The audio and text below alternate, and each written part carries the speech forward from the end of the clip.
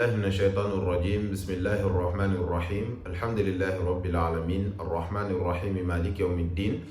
والصلاة والسلام على رسوله الأمين أما بعد السلام عليكم ورحمة الله وبركاته أمري الله سبحانه وتعالى تنو كبركة على الله سبحانه وتعالى مي ناي كنتم أكا قرآن كنو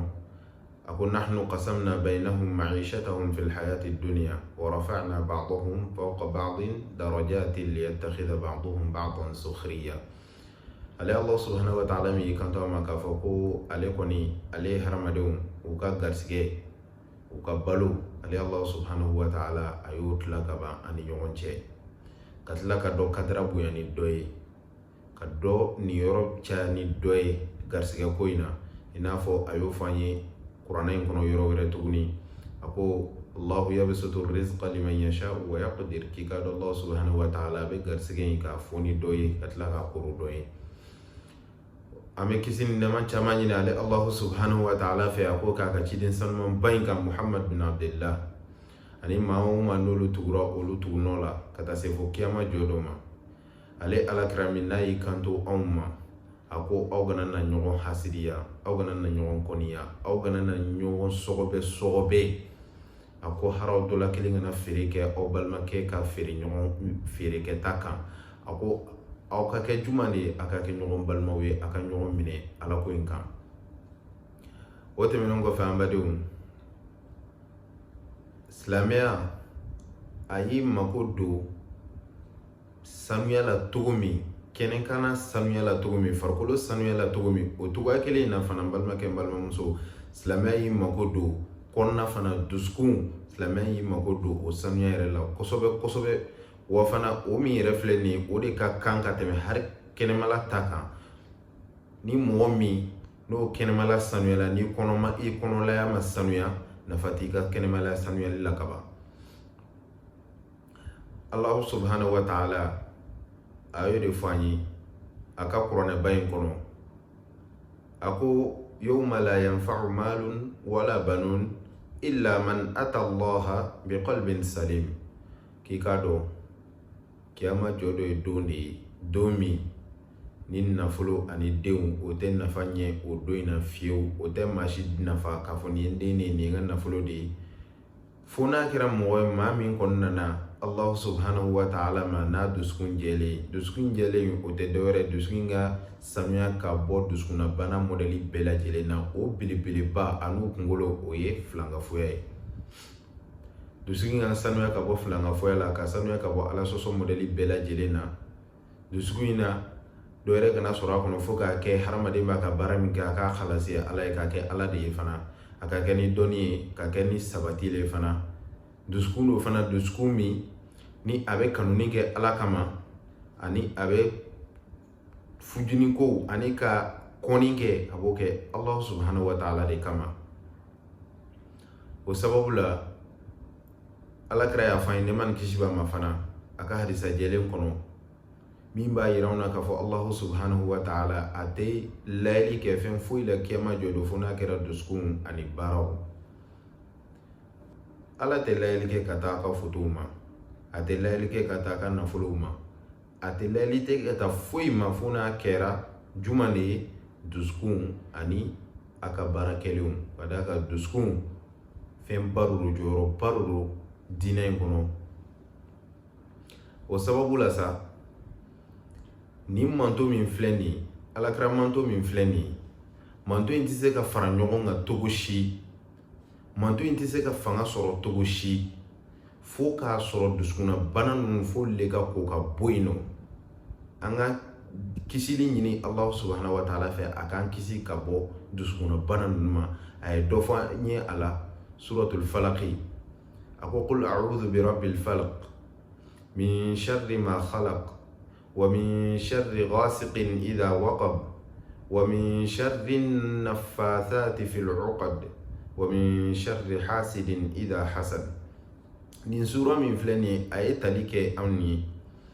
ka bɔ kojugu mɔdɛli bɛɛ lajɛlen kan ka Allah subhanahu wa ta'ala b'a ɲini fɛ masa i kan kisi ka bɔ a bɛɛ lajɛlen ma hali n'a y'a sɔrɔ Allah subhanahu wa ta'ala ye dɔ ta k'olu ɲɛfɔ anw ye nin sura in kɔnɔ o belebeleba dɔ ye juman de ye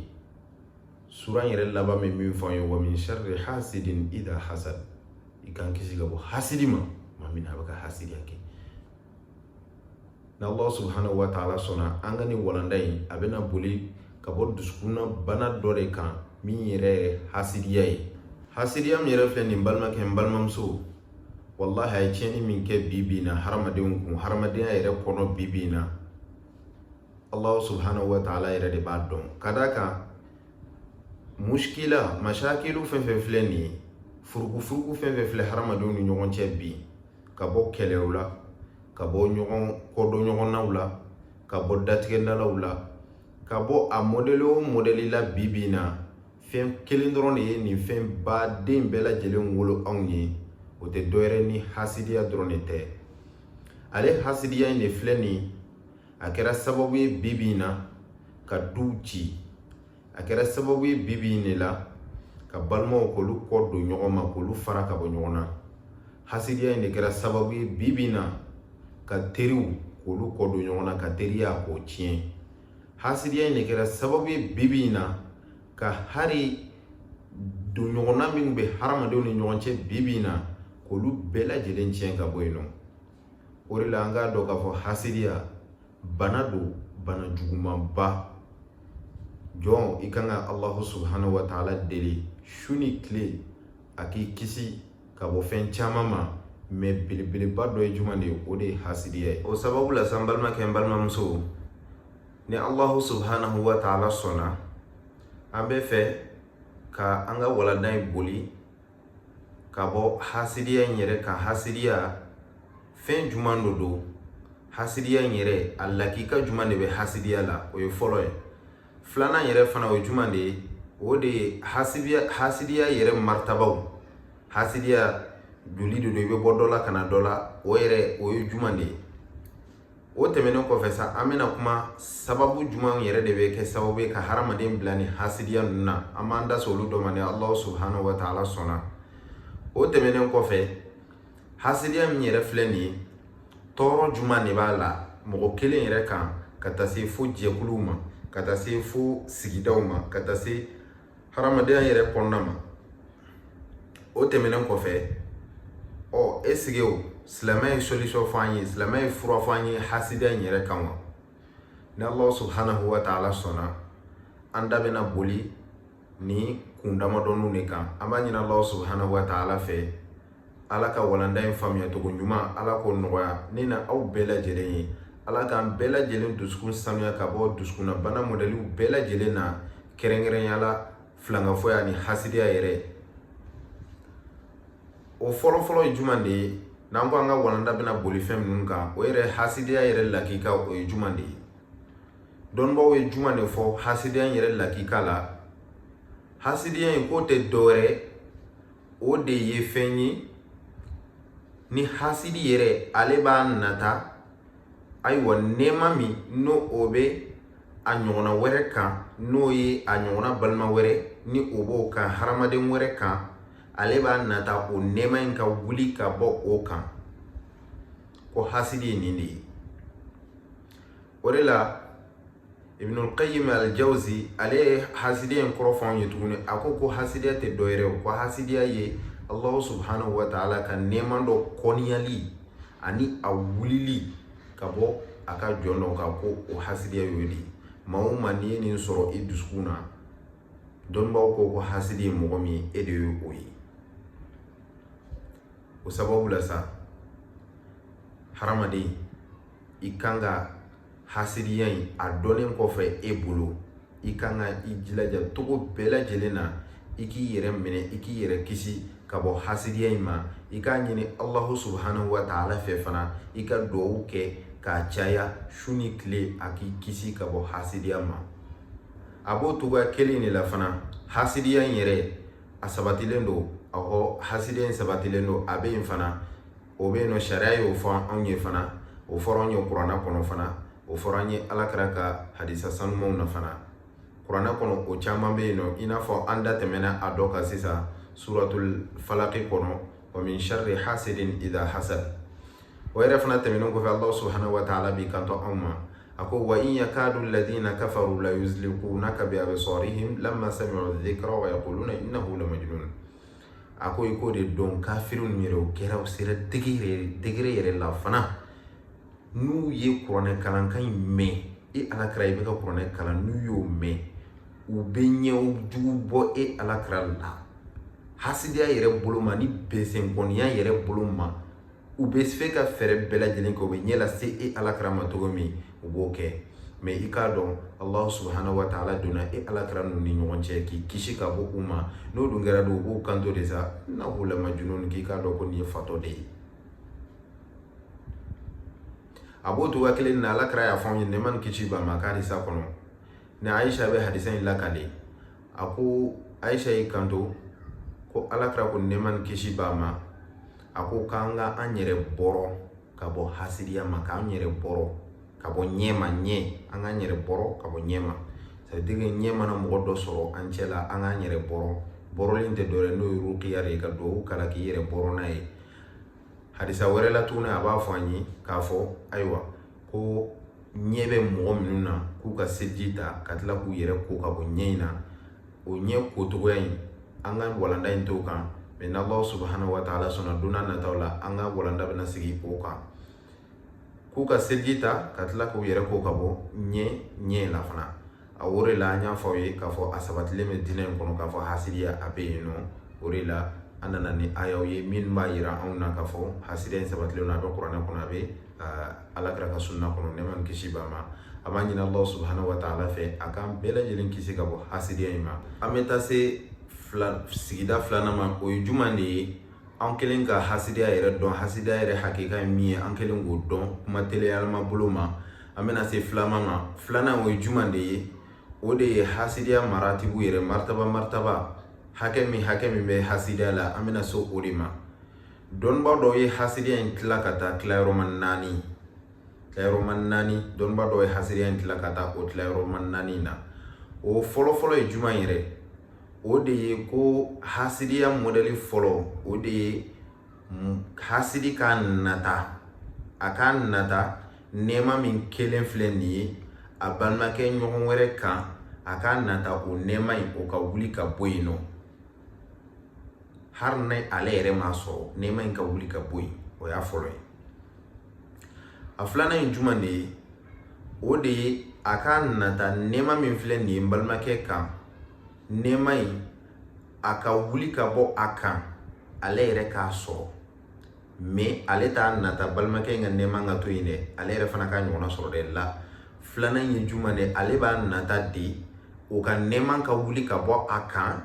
nɛɛma in o ka segin ka na ale yɛrɛ de ma hasidi nin y'a modeli filanan ye hasidi modeli sabanan o ye juman de ye o de ye mɔgɔ ye a y'a nata hasidi ka nata nɛɛma min n'o b'ale balimakɛ kan o nɛɛma ɲɔgɔnna ale yɛrɛ k'o sɔrɔ walasi u bɛɛ ka kɛɲɛ fɔli la n'a dun m'o sɔrɔ dun a b'a nata tuguni nɛɛma min b'a balimakɛ in kan o ka wuli ka bɔ yen nɔ ça veut dire que a y'a nata nɛɛma min b'ale balimakɛ in bolo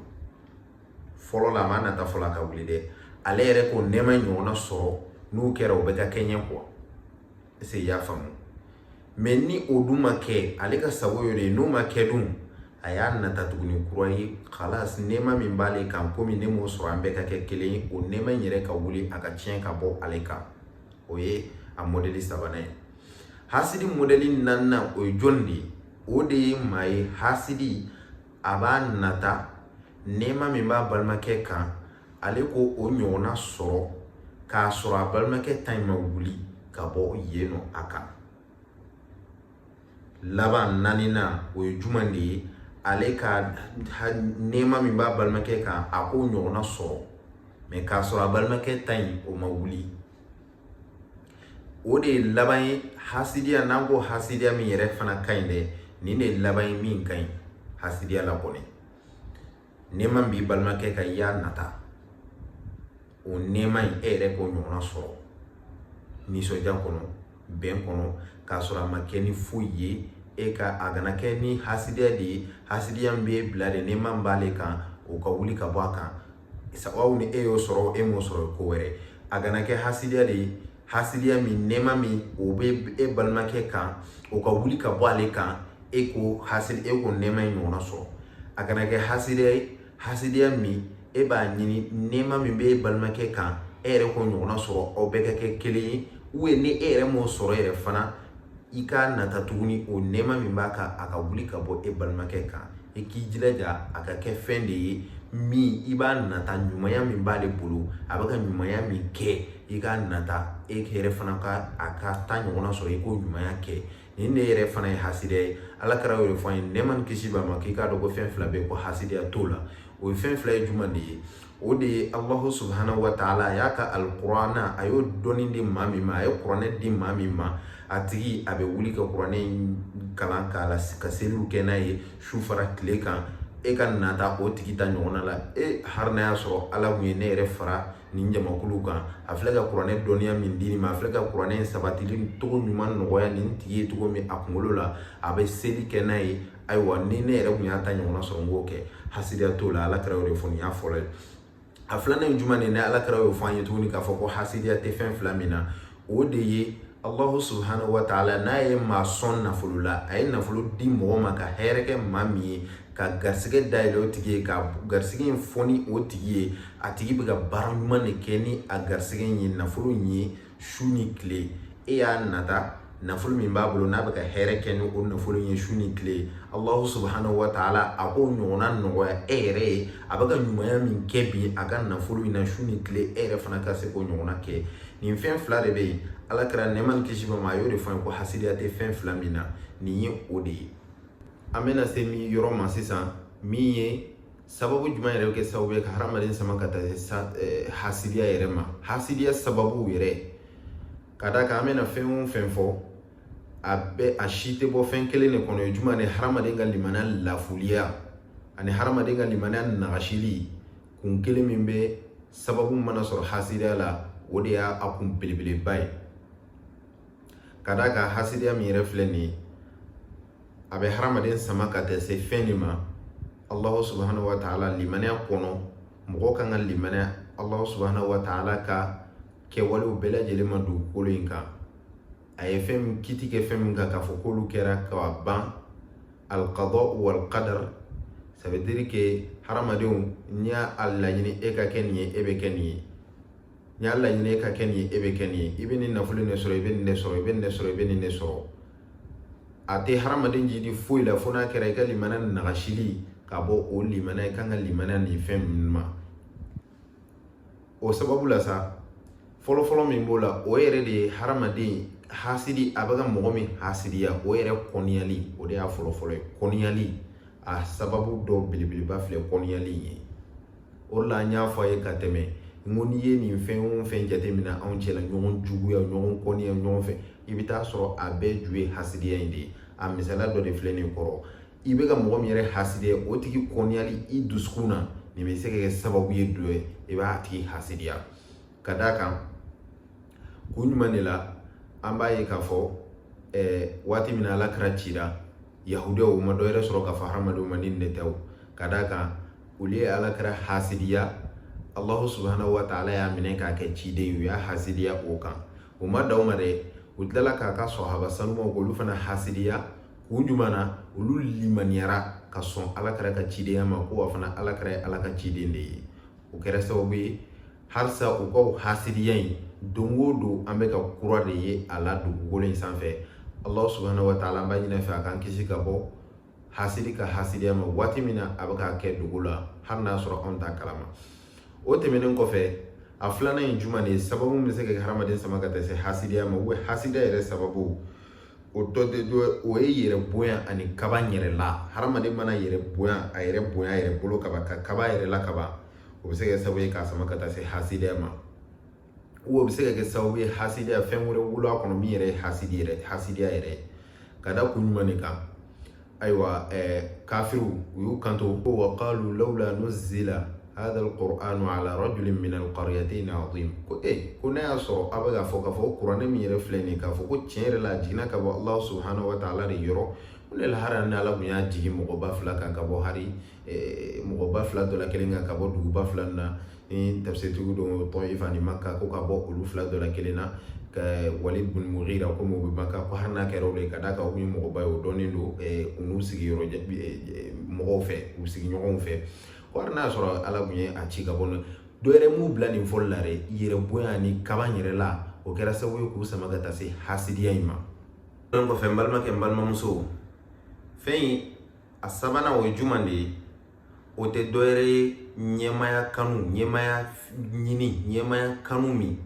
n'o o do donna hadamaden dusukun na kaban kuma caman a b'i sama ka taa se hasidiya de ma ou a bɛ wolo fɛn na min bɛna kɛ hasidiya ye i bolo ka d'a kan o misaliya surunman b'an kɔrɔ mɔgɔ fila kɔni mana ɲɔgɔn sɔrɔ ɲɛmaya ɲini na kuma bɛɛ e bɛ taa sɔrɔ toujours a bɛ tɔ kelen kɔnɔ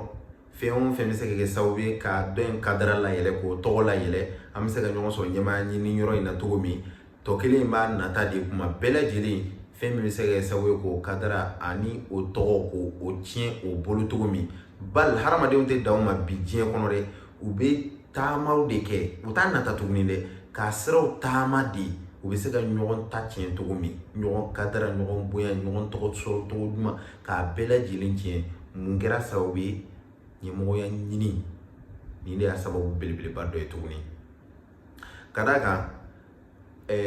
kisɔ dɔ bɛ nin yɔrɔ in na Abu Jahal ani Sufyan bin Harb ani Akhnas ninnu mɔgɔ saba ninnu tun bɛ taa ɲɔgɔn sɔrɔ Alakira ka so kɔfɛ u tun bɛ taa kun ɲuman de la k'u bɛlɛ ka Alakira ka kuranɛ kalankan lamɛn su kɔnɔ su de bɛ la mɔgɔ t'u ye waati min na ka d'a kan tile fɛ o kafirilamanw don u b'a fɔ an tɛ Alakira ko la n'an kɔni an fɛrɛla Alakira ma don o don an b'a kɛ tan an b'a kɛ tan mais su fɛ u b'u den ka taga ka taa Alakira ka kumakan la Allah subhanahu wa ta'ala ka kumakan lamɛn Alakira bɛ k'o kalan waati min na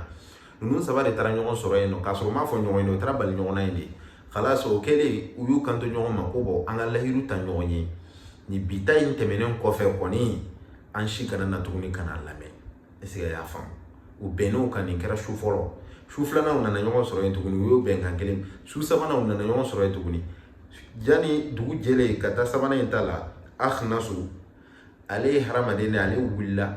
ka taa se Abu Jahali ma walasi k'a layɛ Alakira ka kuranɛ kalankan ye o ye nɔ jumɛn de bila a dusukun na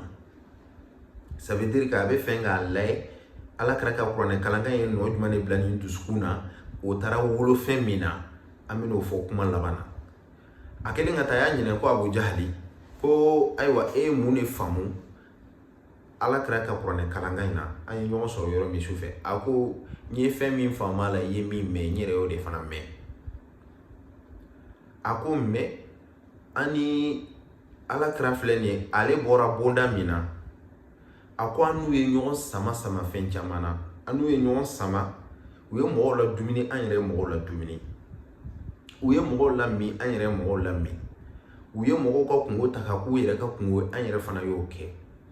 fo kana se waati la u nana u jɔ an ma ko Allahu subhanahu wa ta'ala ye ciden bɔ olu la ka nabi ɲuman bɔ olu la cikan bɛ bɔ sanfɛ ka na o ma ko min filɛ nin anw bɛ n'o ɲɔgɔnna sɔrɔ waati jumɛn sa nanu o bɛna kɛɲɛ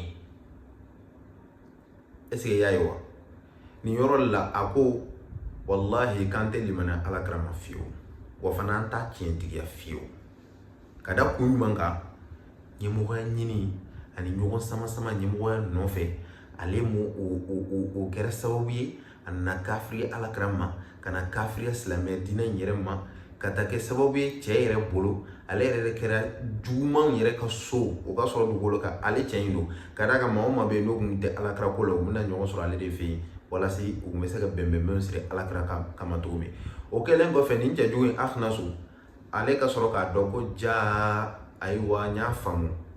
bana min ye nin ta in na nin hasidiya bana de ye Alakira ka kuma in lamɛnli ça veut dire o de filɛ kɛ sababu ye ka hasidiya in lase ale ma sababu jumɛn na a ka ɲɛmɔgɔya ɲini a n'a ka tɔgɔ ɲiniw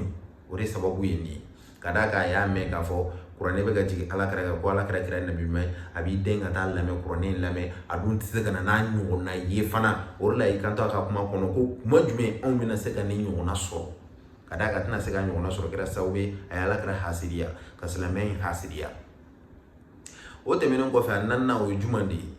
o de ye hadamaden i k'a dɔn k'a fɔ i bɛ ka mɔgɔ min hasidiya dɛ a bila i kɔnɔ i bɛ ka Allahu subhanahu wa ta'ala de kɔniya i bɛ ka Allahu subhanahu wa ta'ala de ka nɛɛma hasidiya k'a kɔniya ça veut dire que i ka hasidiya tɛ ka dan hadamaden ni yɛrɛ ma dɛ i bɛ ka ala de fitiri waleya ka d'a kan ala de y'a nɛɛma kɛ a ye ni Allah subhanahu wa ta'ala kun y'a kɛ e yɛrɛ ye i kun tɛna se ka nin fɔ ka d'a kan Allah subhanahu wa ta'ala ka kɛta dɔ dugukolo kan a bɛ mɔgɔw fisaya ni ɲɔgɔn mɔgɔ min y'a diya a bɛ hɛrɛ kɛ maa min y'a diya o t'a yira k'a fɔ i ko man di ale Allah subhanahu wa ta'ala ye la o t'a yira k'i ko man d'a ye kun de b'a la Allah subhanahu wa ta'ala yɛrɛ bolo ale Allah subhanahu wa ta'ala de b'a hikma dɔn o tɛmɛnen kɔfɛ a duurunan n'a laban o ye juman de ye n balimakɛ n balimamuso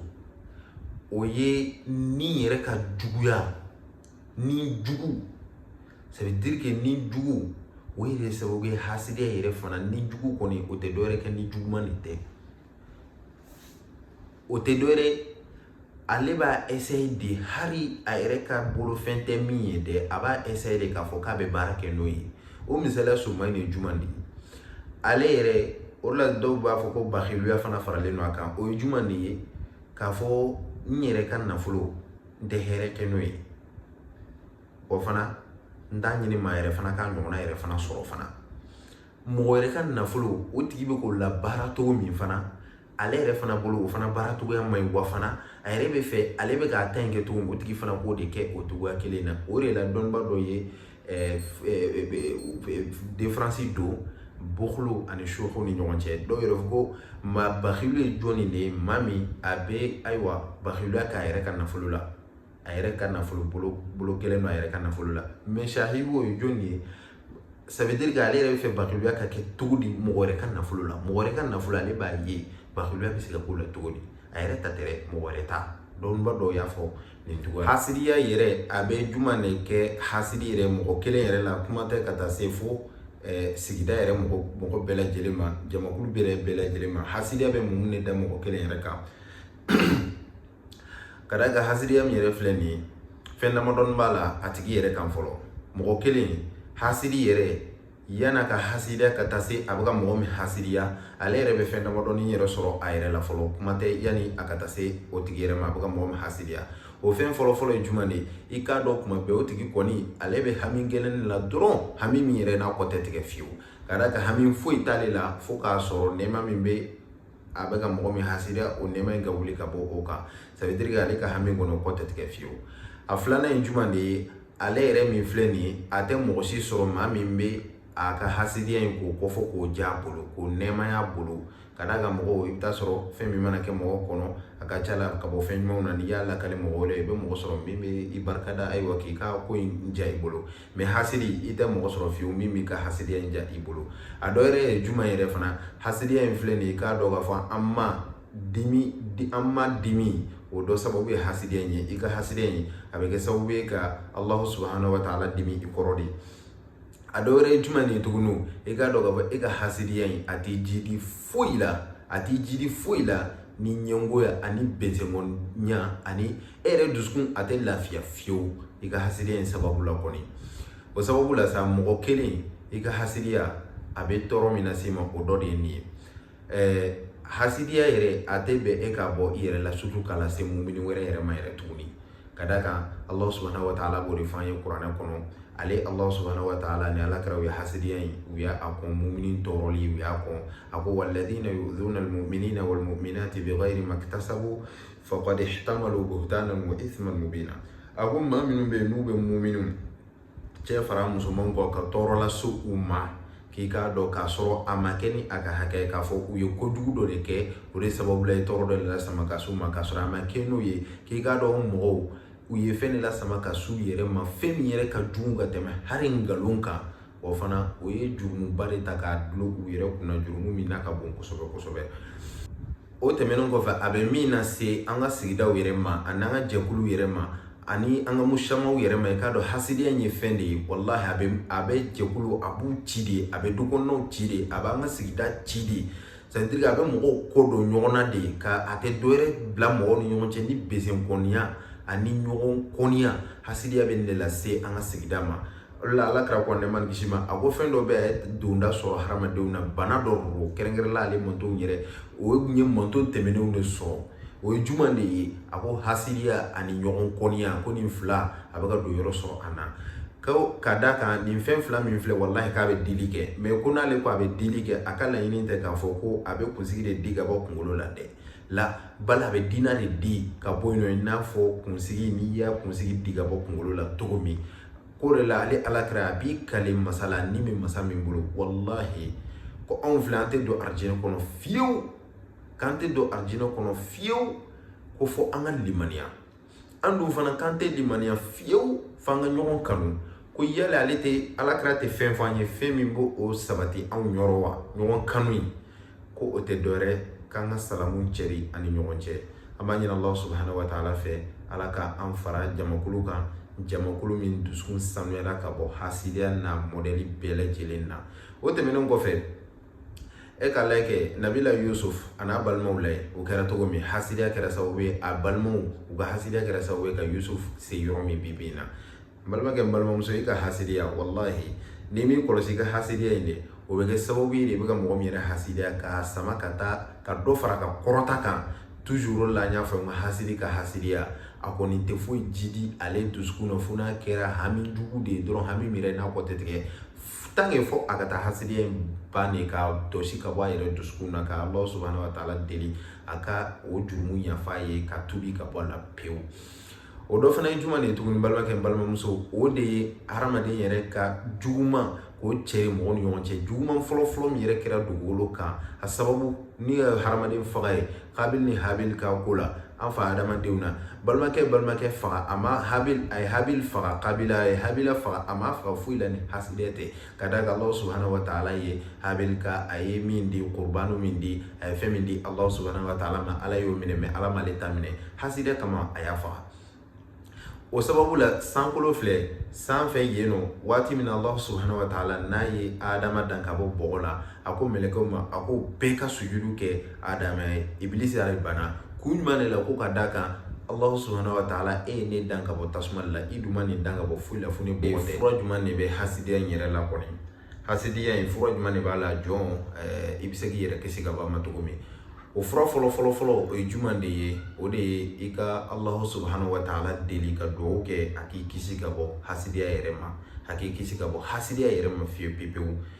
o tɛ kɛ dɔwɛrɛ i bɛ dugawu de kɛ Allah subhanahu wa ta'ala k'i kisi ka bɔ hasidiya ma o y'a dɔ ye a dɔw yɛrɛ ye juman ye tuguni hadamaden i ka baara ɲuman kɛ ka sɔdakaw bɔ walasa Allah subhanahu wa ta'ala k'i kisi ka bɔ hasidiya ma wa fana nin de y'a la belebeleba ye fana baara ɲuman kɛ ani ka sɔdakaw bɔ fana a dɔw yɛrɛ ye juman de ye hadamaden yɛrɛ ka ala ɲɛ siranya i ka siran Allah subhanahu wa ta'ala ɲɛ i k'i yɔrɔ majanya ka bɔ a kuta ko bɛɛ lajɛlen na ka ca la ni ne bɛ kɛ fura ye fana min bɛ hasidiya furakɛ ka bɔ mɔgɔ la fana i kana na maa min fana b'i hasidiya i kana na wuli k'i bɛ a kɛlɛ k'i bɛ yɔrɔ dɔ ɲini k'i di dama kasala i kana n'o si kɛ walasa a ka kɛ sababu ye o ɲɔgɔnna dɔ yɛrɛ fana kana na segin ka e yɛrɛ sɔrɔ tuguni i kana na don a tigi yɛrɛ fana bɛ baara minɛ i kan'o kɛ nin fura damadɔ minnu de bɛ yen nɔ ani hadamaden fana i k'i jigi sɛmɛ Allah subhanahu wa ta'ala la i k'a dɔn ni fɛn o fɛn do o ye sɔrɔ i k'a dɔn ala ka latigɛ do min ye e sɔrɔ n'i limaniyara ka fara o kan i k'a dɔn Allah subhanahu wa ta'ala a b'i dusukun a b'i ala kanda k'a kisi k'a sabati ka bɔ nin n'a ɲɔgɔnna caman ma i k'a dɔn Allah subhanahu wa ta'ala ale de bɛ se ka fɛn bɛɛ lajɛlen kɛ i n'a fɔ Allah subhanahu wa ta'ala yɛrɛ do fɔ an ye kuranɛ kɔnɔ cogo min a b'o cogoya de la an filɛ ka minnu fɔ a ka ca la hadamaden min n'i y'i jilaja ka ninnu ta ka ninnu kɛ i ka sura fana i bolo a ka ca la